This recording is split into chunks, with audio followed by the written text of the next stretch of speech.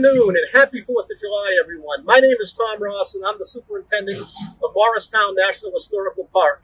And today I'm standing in front of the Ford Mansion. The Ford Mansion was General George Washington's winter headquarters during the winter of 1779-80. And today we have a special Rev Times program for you. We're virtually celebrating the Declaration of Independence, and our park rangers Eric Olson and Tom Winslow have a fantastic program for you. They will educate, entertain, and mesmerize you with a dramatic reading of the Declaration of Independence. So, without further ado, why don't we head on inside, and I have the key, and let's meet Rangers Olson and Tom Winslow. Welcome, welcome. Come in, come in. Welcome to our warm-up for the Declaration. Happy Independence Day to you all. As you know, this is a great Morristown tradition to celebrate the reading of the Declaration, and it's been done in Morristown since at least 1805, a public reading of such document. Now, today is a special day for us who work here in the park because we like it because it's a history holiday. Other holidays celebrate a veterans group or an individual, but here we're celebrating the history of all the Americans. So it's our history day. But sometimes people get a little bit confused about their history, so we're going to try to straighten a few things out before we go too far. So here's the question for the audience. Today, July 4th, Independence Day, is a big celebration. Now, the question though is, the Continental Congress passed the resolution for independence on what day in July? We'll give the audience a moment to answer. If you said July 4th, good try, but you are wrong.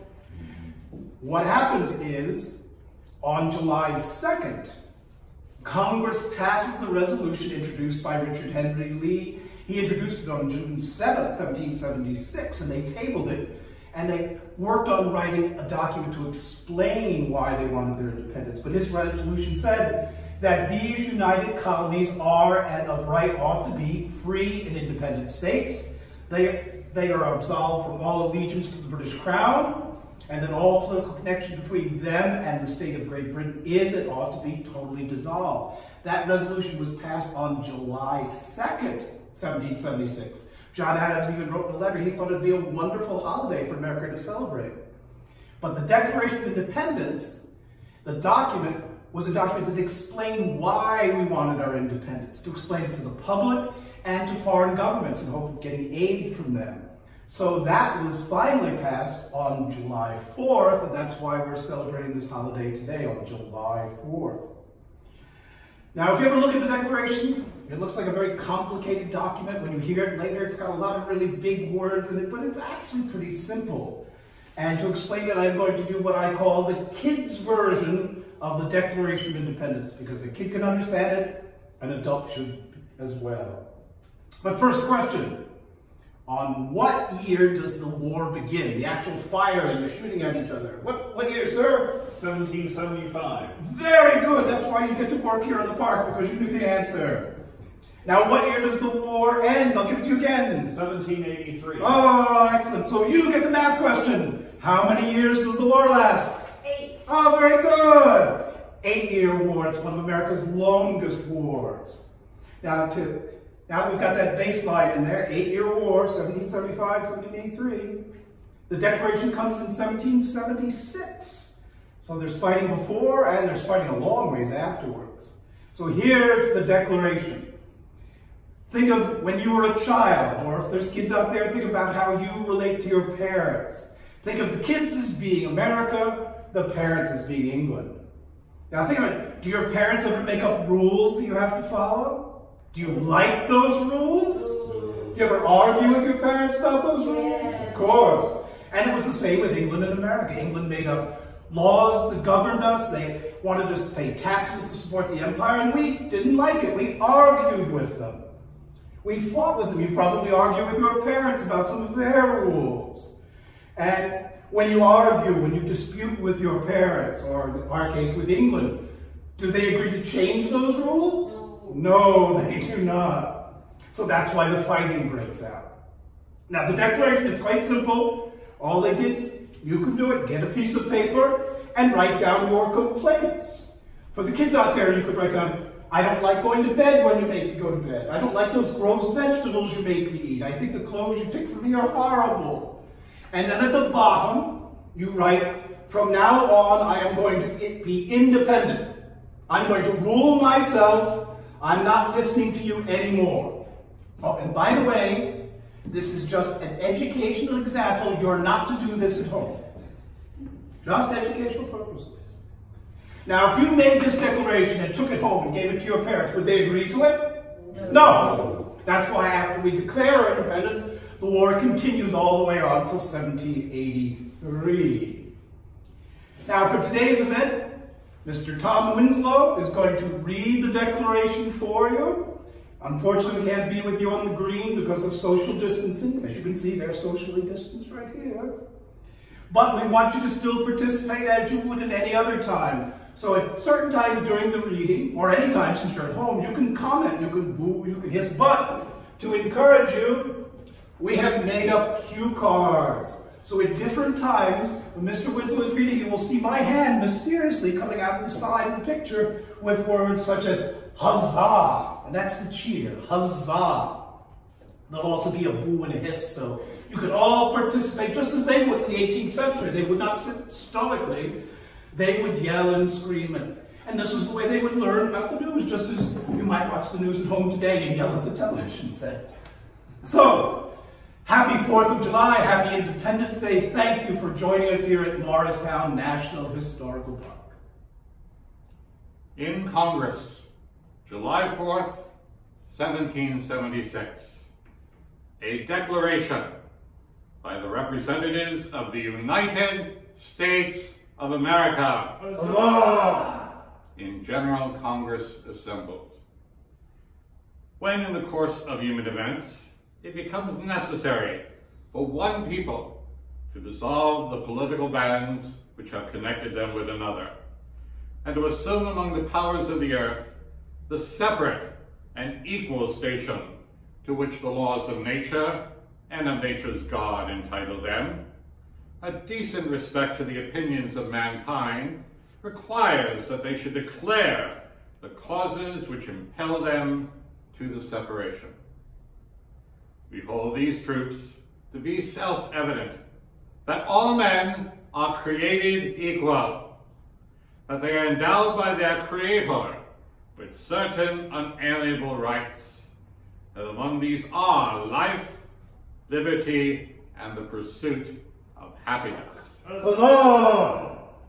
That to secure these rights, governments are instituted among men, deriving their just powers from the consent of the governed, that whenever any form of government becomes destructive of these ends, it is the right of the people to alter or to abolish it, and to institute new government, laying its foundation on such principles, and organizing its powers in such form as to them shall seem most likely to affect their safety and happiness. Prudence indeed will dictate that governments long established should not be changed for light and transient causes, and accordingly, all experience hath shown that mankind are more disposed to suffer why evils are sufferable than to right themselves by abolishing the forms to which they are accustomed. But when a long train of abuses and usurpations, pursuing invariably the same object, evinces a design to reduce them under absolute despotism, it is their right, it is their duty to throw off such government and provide new guards for their future security. Such has been the patient sufferance of these colonies, and such is now the necessity which constrains them to alter their former systems of government. The history of the present King of Great Britain is a history of repeated injuries and usurpations, all having in direct object the establishment of an absolute tyranny over these states, Boo! To prove this, let facts be submitted to a candid world. He has refused his assent to laws the most wholesome and necessary for the public good. He is forbidding his governors to pass laws of immediate and pressing importance unless suspended in their operation till his assent should be obtained, and when so suspended, he is utterly neglected to attend to them. He has refused to pass other laws for the accommodations of large districts of people, unless those people would relinquish the right of representation in the legislature, a right inestimable to them and formidable to tyrants only. Boo! He has called together legislative bodies at places unusual, uncomfortable, and distant from the repository of their public records for the sole purpose of fatiguing them into compliance with his measures. He has dissolved representative houses repeatedly for opposing with manly firmness his invasions on the rights of the people. Whoa! He has refused for a long time after such dissolutions to cause others to be elected, whereby the legislative powers, incapable of annihilation, have returned to the people at large for their exercise, the state remaining in the meantime exposed to all of the dangers of invasion from without and convulsions within.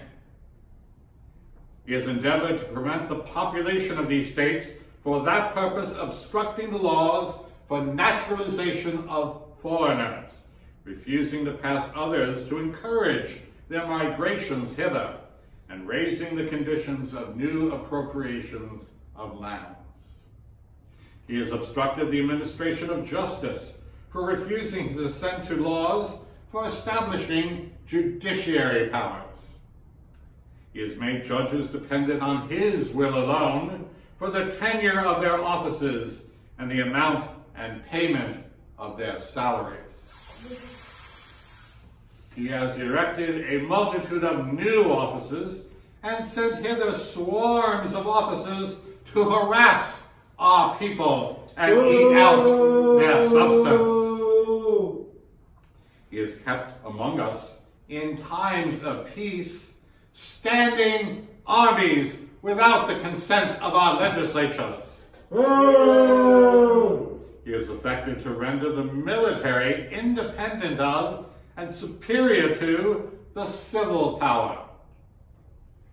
He has combined with others to subject us to a jurisdiction foreign to our Constitution and unacknowledged by our laws, giving his assent to their acts of pretended legislation, for quartering large bodies of armed troops among us, for protecting them by a mock trial from punishments for any murders which they should commit on the inhabitants of these states. Remember the Boston Massacre! For cutting off our trade with all parts of the world. For imposing taxes on us without our consent. For depriving us in many cases of the benefits of trial by jury.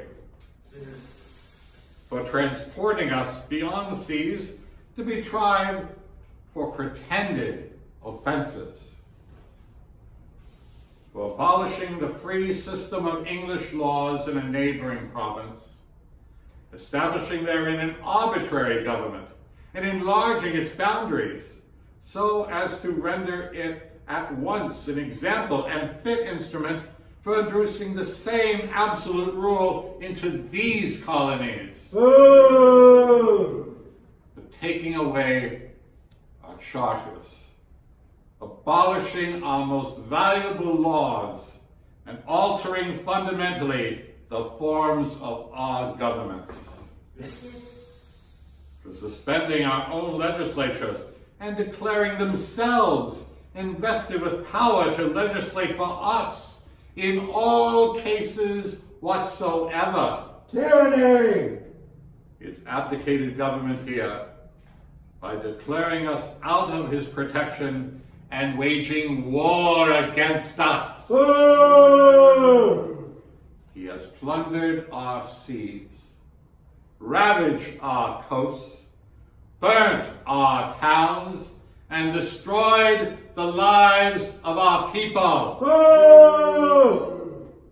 He is at this time transporting large armies of foreign mercenaries to complete the works of death, desolation, and tyranny, already begun with circumstances of cruelty and perfidy, and scarcely paralleled in the most barbarous ages, and totally unworthy the head of a civilized nation.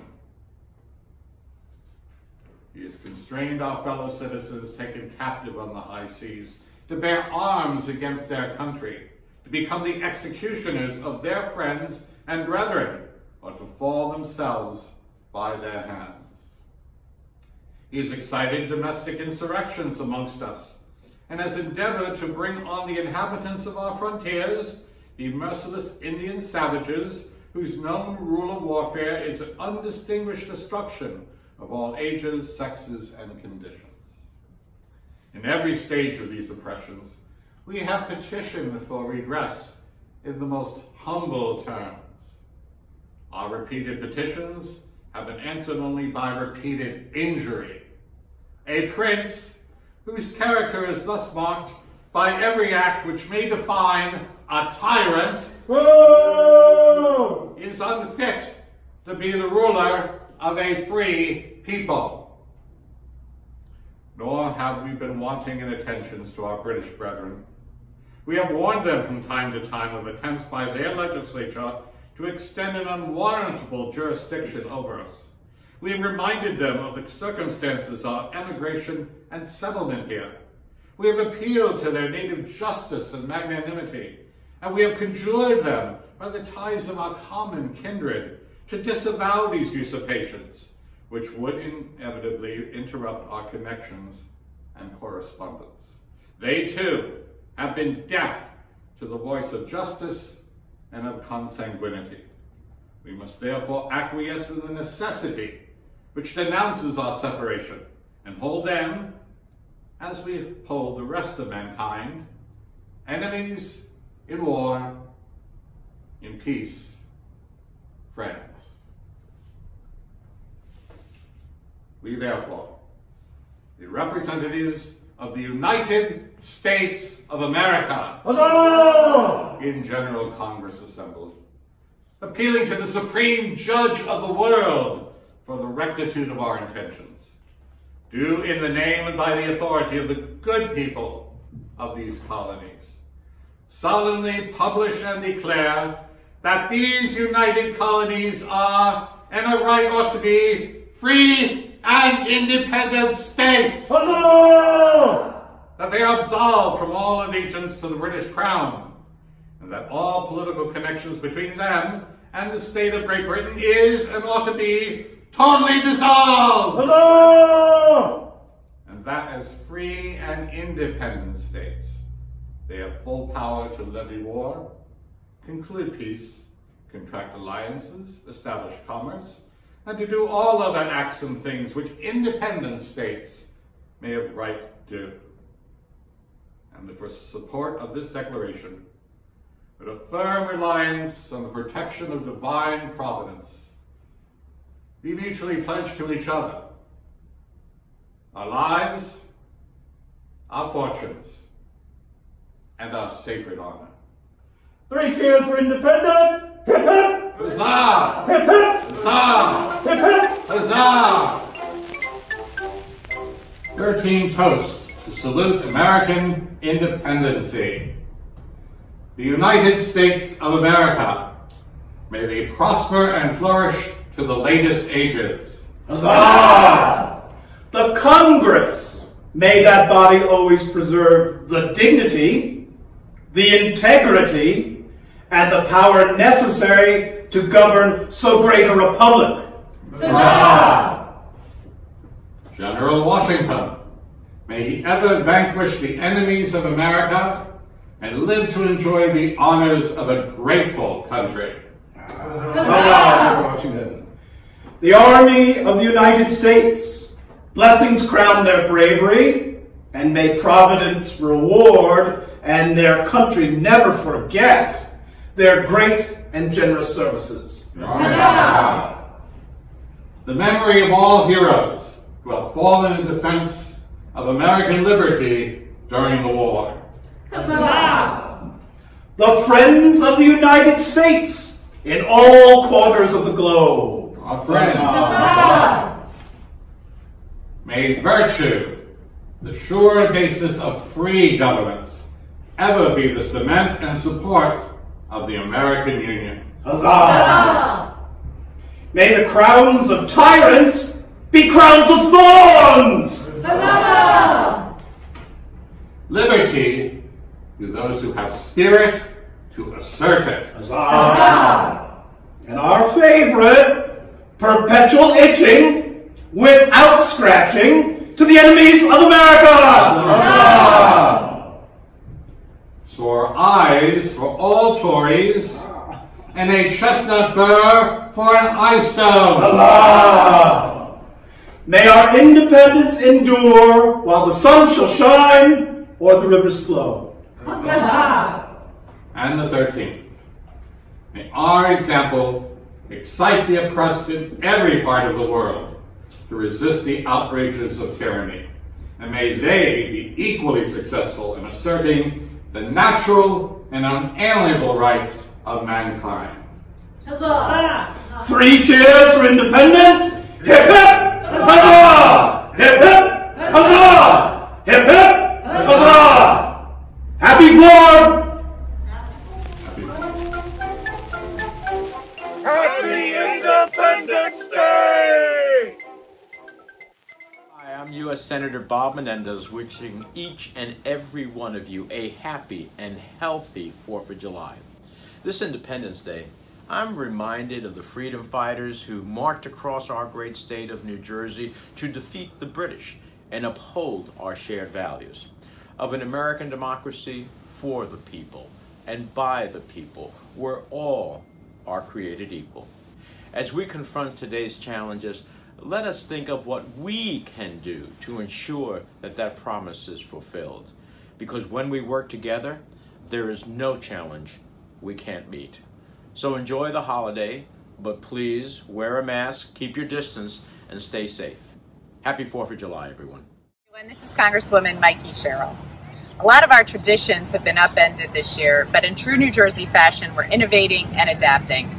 And so here I am in the Morristown Green, the crossroads of the American Revolution. In 1776, New Jerseyans fought hard for the birth of our nation.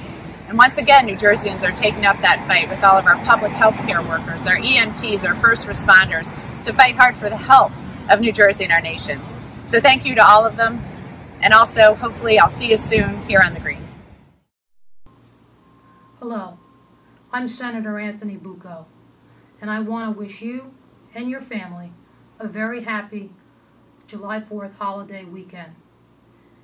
As the weekend is here, it reminds me of how lucky we are to live in Morris County, where we have so many historic sites from the Revolutionary period. From Washington's headquarters to Jockey Hollow to so many open spaces that people can come and enjoy on a daily basis. As you're out and about this long weekend, please take a moment and enjoy those sites. Relive part of America's history. Good luck, have fun, God bless you, and happy birthday, America. Hi, I'm Morris County Freeholder Director Deborah Smith. While this year's Revolutionary Time celebration may be virtual, the historic spirit of Morris County is very real. Our county played an important role in the founding of our nation, and we take great pride in celebrating that history today. While we are currently facing some very difficult issues, we have confidence that our great nation will survive and prosper for many years to come. Thank you to the Morris County Tourism Bureau, Morristown National Historical Park, and Washington Association of New Jersey for making this virtual event happen. On behalf of all of the freeholders of Morris County, I wish you all a happy 4th of July and happy 244th birthday to America. Hi everyone, I'm Cathy Wilson, Mayor of Morris Township.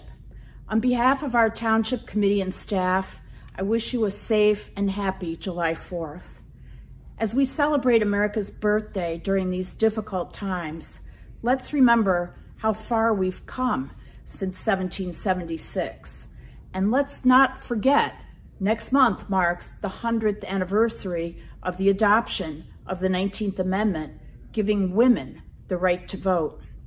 As the first Democratic woman mayor in Morris Township's history, I could not be prouder to serve as your mayor this year. Happy 4th, everyone. Huzzah!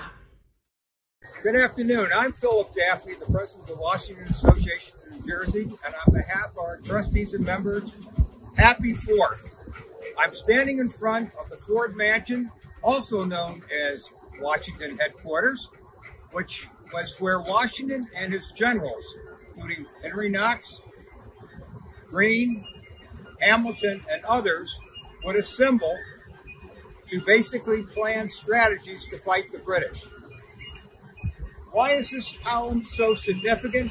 Because in 1874, our former trustees saw the importance of preserving this home, the Ford Mansion, for the American people.